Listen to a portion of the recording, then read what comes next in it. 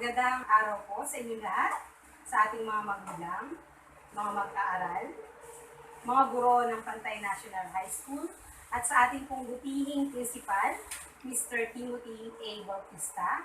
Ako po si Teacher Marisa at Ako naman po si Teacher Julie. Isa po mapagpalang araw po sa ating lahat. Narito po kami ni Teacher Marisa upang kayo po ay turuan gumawa ng skinless longganisa at pork tocino. Dahil po sa dulot ng pandemyang COVID-19, marami po sa atin ang nawalan ng hanap buhay at ito pong aming gagawin at ibabahagi sa inyo ay makakatulong po sa inyo upang pag-umpisahan ng hanap buhay o pagkakapita. Ang una pong ibabahagi namin sa inyo ay kung paano gumawa ng skinless longganisa. So dapat po ang nakahanda na po ang ating mga gagamitin katulad ng mga utensils, ng mga sangkap. So bago po natin umpisahan ang paggawa ng longganisa, importante po na tayo ay kumpleto ng PPE. Katulad po ito, meron tayong headgear, meron tayong disposable gloves, meron tayong chef suit. Kung wala naman po ito, pwede naman pong gumamit ng apron at laboratory gown. At huwag po natin kakalimutan, lagi po dapat malinis ang ating kamay. At siguraduhin din po na ang lahat ng utensils na ating gagamitin ay malinis. Tulad ng meat hammer, ang ating pong stopper, ang plastic po na paglalagyan natin ng packaging, polyethylene po ang tawag dito.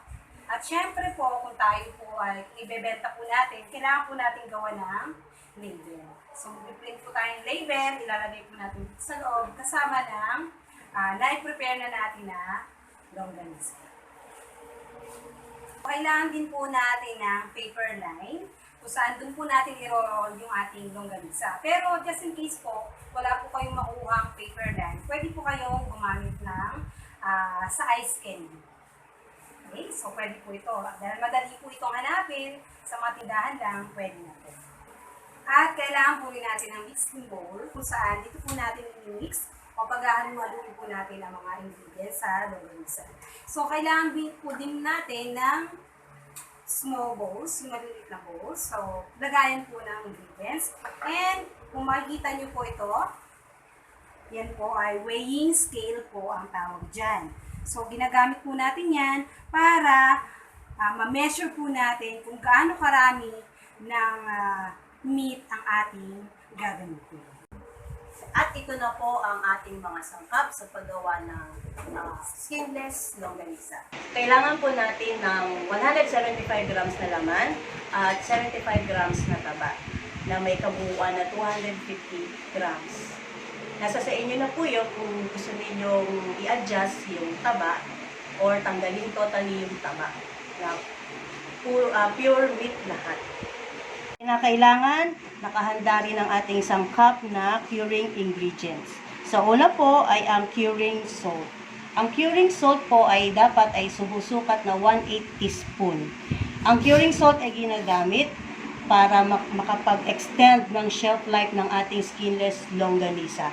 It also adds color. Kaya yung ating longganisa ay nagkukulay pinkish. Pangalawa po na curing ingredients ay ang refined salt. Dapat po sumusukat siya ng 1 1/8 teaspoon. Ang refined salt ay siya po ay oldest food preservatives. It enhances flavor at nai-reduce niya ang water activity. And it also inhibit the growth of the bacteria. Kaya napoprolong yung shelf life ng ating longganisa. At ang pangatlo na curing ingredients ay yung tinatawag nating phosphate. Ang phosphate ay dapat ay sumusukat ng 1/4 teaspoon. Ang phosphate ay ginagamit as emulsifier, as stabilizer, and as binder sa ating longganisa. Ang susunod naman po na sangkap ay ang ating seasoning ingredients. So, una sa lahat, meron dapat tayong black pepper na sumusukat ng 1/4 teaspoon. At meron tayong sugar. Pwede rin pong brown sugar ang ating ilagay. Sumusukat po ang ating sugar ng 3 tablespoon. Nasa sa inyo na ho kung inyong i-adjust ang sukat. Kung kayo ay hindi mahilig sa matamis, pwede nyong babaan yung sukat ng ating asukal.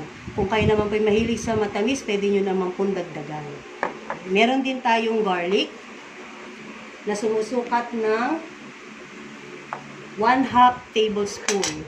At meron tayong pineapple juice na merong 2 tablespoon na sukat. And also, meron tayong anisado wine na sumusukat ng 1 teaspoon. Ito ay ginagamit din as tenderizer. So, ito pong ating seasoning ingredients ay nakatutulong para to enhance the flavor ng ating skinless longganisa. Kung gusto nyo pong gumamit ng ibang wine, pwede naman po ang white wine. Kung gusto nyo naman po na mas malinamnam o mas malasa ang inyong longganisa, pwede nyo naman pong dagdagan ng 1/8 monosodium glutamate o yung betsin na tinatawag. At huwag po natin kakalimutan ang curing salt, lagi po siyang 1/8 teaspoon. Regulate po the amount of the use of the curing salt kasi it contains nitrosamine which is carcinogen. At simulan na po natin ang paggawa ng skinless longganisa. So, una po natin dapat gawin ay ilagay po natin ang mga karne, giniling na karne. Yan.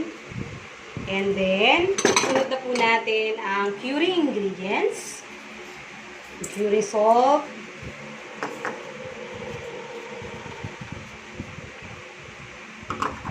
phosphate, and then yung mga seasoning. Okay, so mix thoroughly. Siguraduhin po natin na talagang na-mix yung karne sa curing ingredients. Ayan. So, inuna po natin ilagay ang curing ingredients para po talaga ma-absorb yung lasa doon sa karne.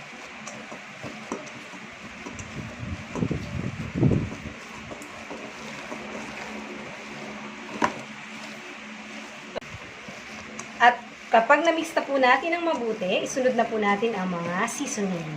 Ayan po, nilalagay na po ni Ma'am Judy. Ayan, sunod-sunod na po yan. Lahat ng seasoning ay ihahalo na po natin.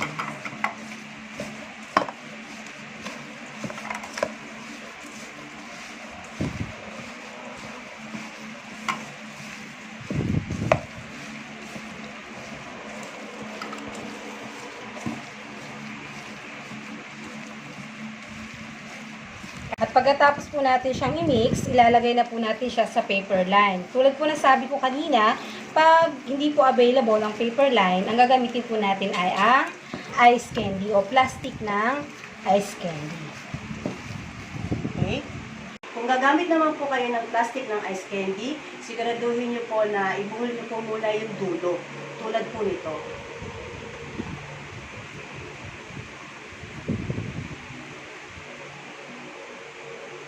So, kinakailangan po sa isang pack ng longganisa na tumitimbang ng 250 grams, ay maghanda kayo ng 5 plastic ng ice candy na ang bawat isa ay tumitimbang dapat ng 50 grams na may suma total na 250 grams per pack.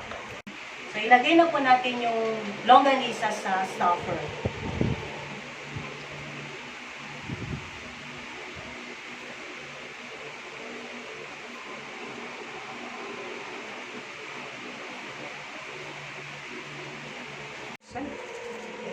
At i-insert na po natin yung stuffer sa plastic ng longganisa.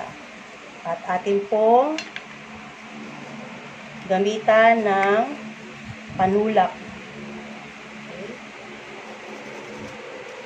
So, hawakan po natin mabuti. No? Yung pong dulo ng plastic para po hindi matanggal. Okay.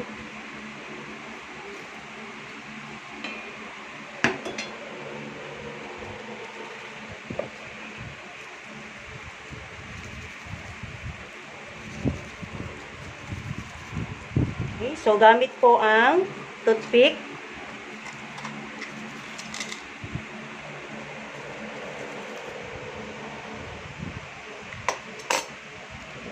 Atin pong butasin yung merong hangin para ito po ay lumabas.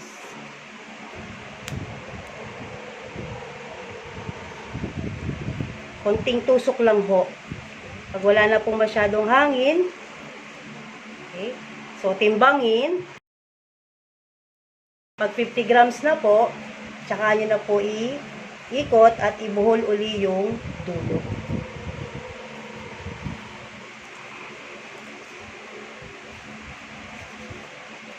Po. So, gamit po ang scissor, ikat po natin yung dulo ng plastic. Okay. At ito na po yung longganisa. So, ipapak na po natin mga meses, mga mister.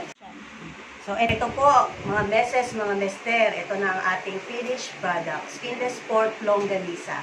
Maaari nyo po siyang ibenta ng 60 to 70 pesos per pack. Premium skinless longganisa po ito. Ang ating pong puhunan ay nasa 40 to 50 pesos, depende po sa pinagkukuhanan natin ng karne ng baboy. Mas makakamura po tayo kung tayo ay dedirekta sa slaughtering plant. Kung gusto naman po natin gumamit ng case para sa ating longganisa, pwede po tayong gumamit na bituka ng baboy. Siguraduhin nyo lang po na malinis yung bituka ng baboy bago po natin gamitin. Bukod po dito sa pork longganisa, maaari din kayong gumawa ng fish longganisa gamit ang tilapia. Ipipilay nyo lang po yun. At pwede rin kayong gumawa ng chicken skinless longganisa gamit naman ang breast part at saka leg part ng manok. Pareho lang din po ng proseso at pareho lang din po ng sangkap na gagamitin. So mga meses, mga mister, meron na tayong pwedeng pagkakitaan yung skinless longganisa. Ngayon naman, ang amin namang ituturo sa inyo ay paggawa ng pork tocino. Pareho lang sila ng sangkap, magkakaiba lang po sila ng suka. At ang mga kakailangan po natin sangkap para sa pork tocino ay ang mga sunod-sunod. So, unahin na po natin ang baboy. So, dapat po meron po tayong kalahating kilo ng baboy na hiniwa po natin ng manipis. So, ang sukat po nito, ang kailangan ay 1/4 inches.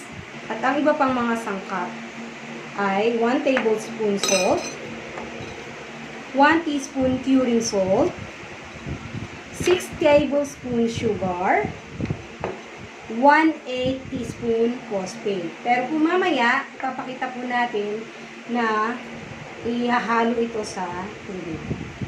1 tablespoon crushed garlic. Ngayon naman mga meses, mga mister, dumako naman tayo sa paggawa ng pork tocino. So, ang una po natin gagawin, yung ating karne, ilalagay po natin sa mixing bowl. Okay. Pagkatapos po, sunod natin yung curing ingredients. Okay. So, yung ating phosphate, so gaya po na nabanggit ni Ma'am Marisa kanina, yung phosphate, i-dissolve po muna natin sa tubig.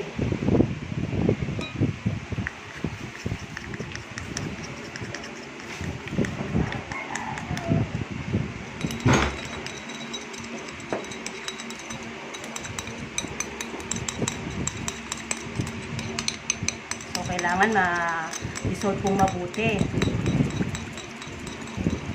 Pagka-dissolve po, pag okay na siya, ilagay na po natin siya sa meat. Okay? So, pagkatapos po niyan, isama na natin yung curing salt.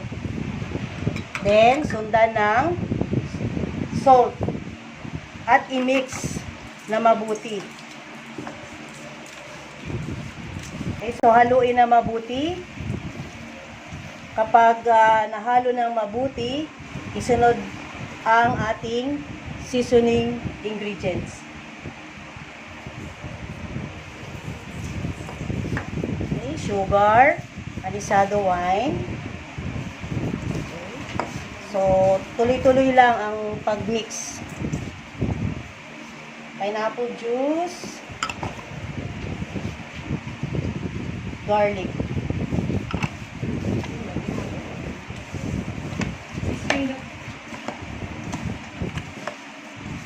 Tuloy-tuloy lang ang paghalo. Siguraduhin na na-absorb na mabuti yung mga ingredients. Natunaw yung mga sugar and curing salt and salt.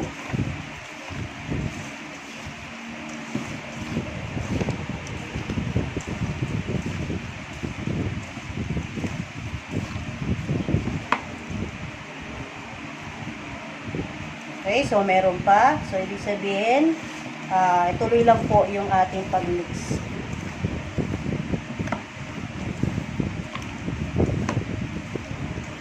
After mixing all the ingredients, so ipapak na po natin mga meses, mga mister. So, ito po yun. So, tayo po ay magpak ng 250 grams.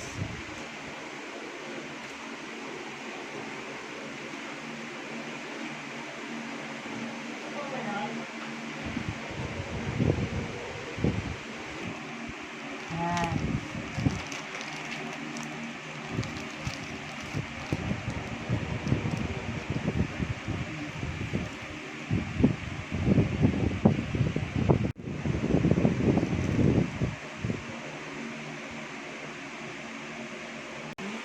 At ito na po ang ating mga finished product. Skinless longganisa, pork tocino. Ang presyo po natin sa pork tocino ay nasa 40 to 50 at pwede po natin siyang ibenta ng 70 to 80. Premium po kasi siya. Pwede rin kayong gumawa ng chicken tocino. Pareho lang din ang sangkap at pareho lang din ang proseso ng paggawa. Sana po ay marami po kayo natutunan sa aming Teacher Judy. At sana'y nakatulong sa inyo pang dagdag hanap buhay. Maraming salamat!